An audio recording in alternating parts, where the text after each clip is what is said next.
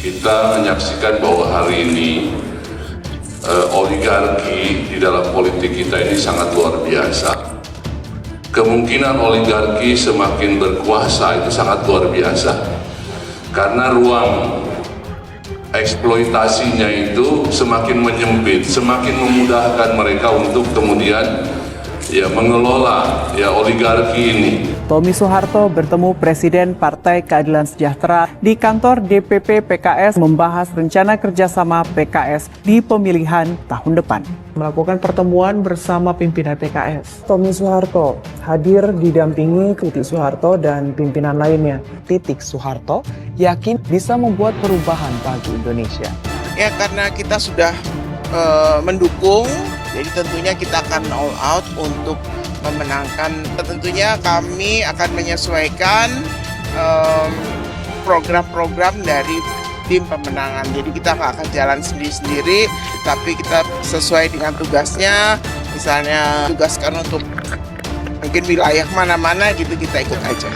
Ya. Target kita adalah kita ingin alternatif bagi masyarakat yang memperjuangkan kepentingan masyarakat kerakyatan, sama dengan ideologi zaman Pak Harto.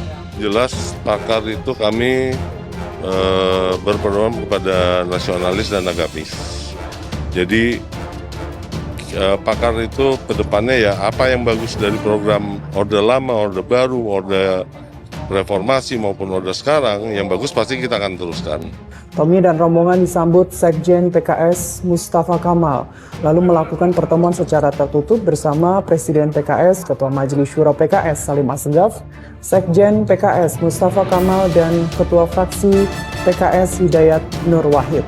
Presiden PKS salah satunya membuka kerjasama. Senada dengan hal itu, Tommy Soeharto menjelaskan kolaborasi ini sebagai awal mempetakan kerjasama erat Menjadi kelompok penekan untuk menguatkan, mereka memberikan penguatan-penguatan untuk mengkritisi pemerintah. Tentu dengan kami bisa bekerja sama di dalam parlemen. Dan yang kedua, itu jelas sekali kami bisa bekerja sama dengan, makanya masuk di dalam poin yang kelima.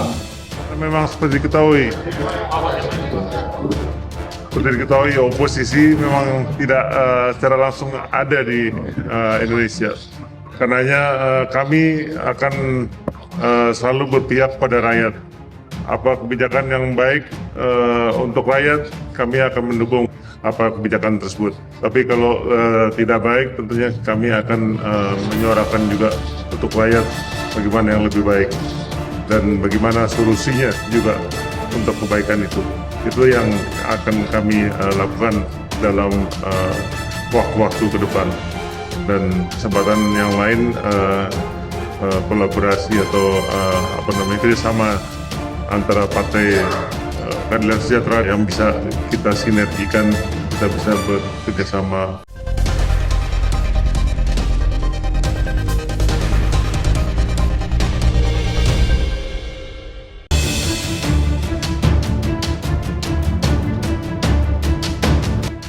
Ketua DPP Partai Nasdem Teuku Taufikul Hadi mengaku tak khawatir bila elektabilitas bakal calon presiden diusung oleh Koalisi Perubahan untuk Persatuan atau KPP, Anies Baswedan masih berada di bawah Ganjar Pranowo dan Prabowo Subianto.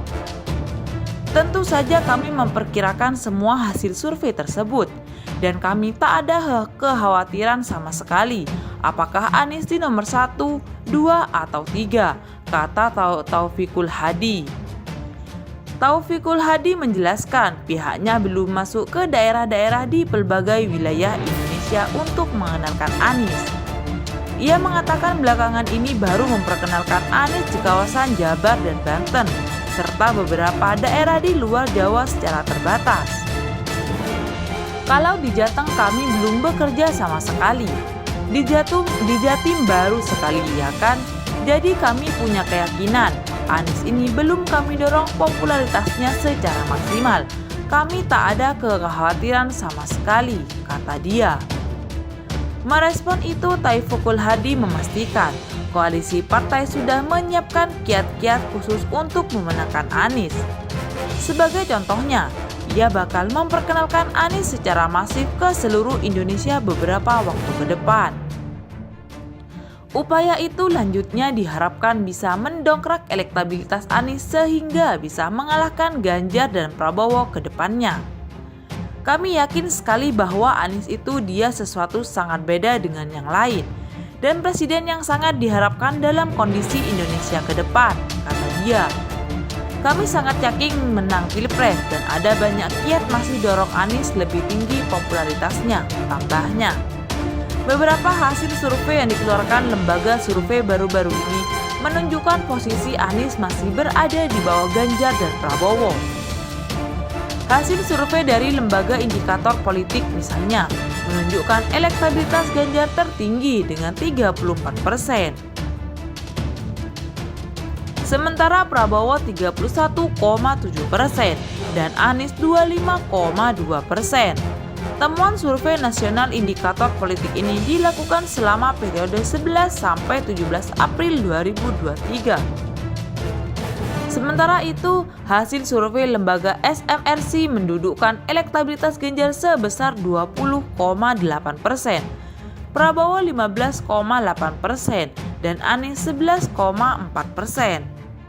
Lembaga survei Poltranking turut merilis hasil survei di mana elektabilitas Prabowo tertinggi dengan 28,8%. Kemudian disusul Ganjar 27,5% dan Anies di posisi ketiga dengan 19,3%. Terpisah, juru bicara PKS M. Iqbal mengatakan, peta politik Indonesia jelang Pilpres 2024 masih dinamis. Dia berpendapat masih ada waktu untuk meningkatkan elektabilitas jelang Pilpres. Rakyat akan memilih pasangan capres dan cawapres, wajar saja kalau mayoritas dalam survei banyak yang belum memutuskan, tambahnya. Anies kini didukung oleh Koalisi Perubahan untuk Persatuan yang berisikan Nasdem, PKS, dan Demokrat.